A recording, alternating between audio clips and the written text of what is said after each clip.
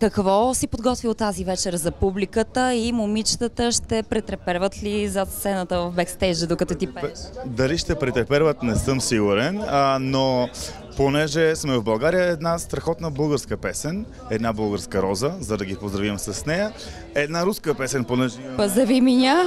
Няма да я пазави меня, защото да е нещо по-весело. Да е нещо по-весело избраха тази вечер. И една английска, за да покажа, че пък и на английски също мога да пея, не само на български и руски. Така че мисля, че днес ще стане хубава вечер. За първ път няма да съм водещ, аз ще съм пеещ. Аз предимно водя. Добре, какво е общото между музиката и женската снага? Проследил ли си го в различните държави? Музиката се пише за жените, не знам дали знаеш. Значи, знам аз, да, и за мен са писали. Така най-малкото нещо да впечатлиш една жена и посвещаваш някоя песен, някое стихотворение.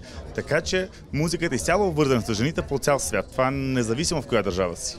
Страхотно е, благодарим ти много. Сигурни сме за интернационален конкурс, че си подготвил страхотна интернационална музикална листа. Благодаря, приятна вечер. Лека вечер.